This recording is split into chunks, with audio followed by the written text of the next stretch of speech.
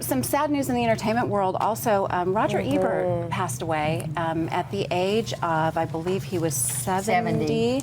Yeah, and of course you know that he was battling cancer for a very long time, and it, you know, changed the way he looked, his face, and he lost his voice. You know what's so sad is that just a couple of days ago I was watching an interview with him, and he said for the first time he will be able to review the movies that he truly wants to review, you know, and he was still talking about life and living. Yeah. And to hear this morning that he is gone, it just kind of, it broke my heart. Yeah, because he knew that that the cancer had returned when he was talking like that, right? Exactly, Yeah. but he was not giving up. He was still talking about how he wanted to live his life, or not talking about it. Actually, he would write. He would type it out. He type everything. And so, I don't know, when I heard that this morning, it was sad.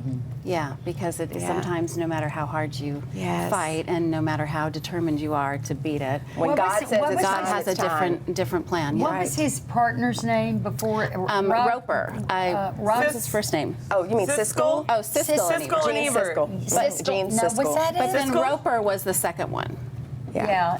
And Richard Roper when took over the for Gene first one, Siskel. his first partner, when they first went on the air, Was Gene Siskel. Yeah, and it was great. I just loved that. And then he died so prematurely. Yes. So, hey, listen, if that book by that doctor, Proof of Heaven, is right, You were know, talking about this book. What is it? It's then called they're Proof all of going to Heaven. be up there. I mean, And this is a doctor, and he's a neurologist, this is a right? neurologist who wrote a book called Proof of Heaven. There's also a female doctor who's written a book about heaven. Really, you know, the little boy that wrote Heaven is for real. All right, so there are all these books coming out here.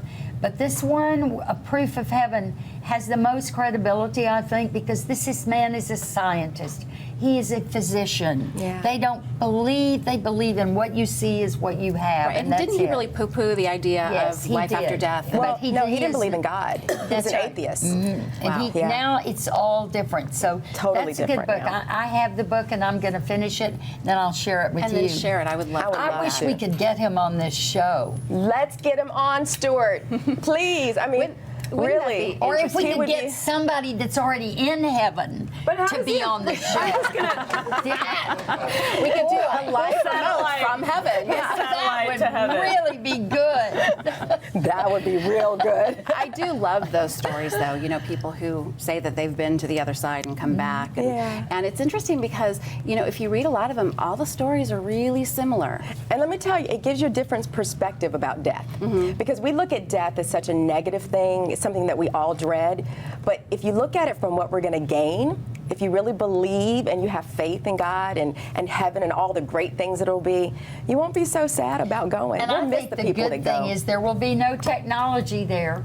No, you're gonna love that. No tweets. Well, up a Susie. storm from heven. Hold up, you don't know. Maybe there is. That's right. Who Hashtag knows? afterlife. Who knows? Who knows?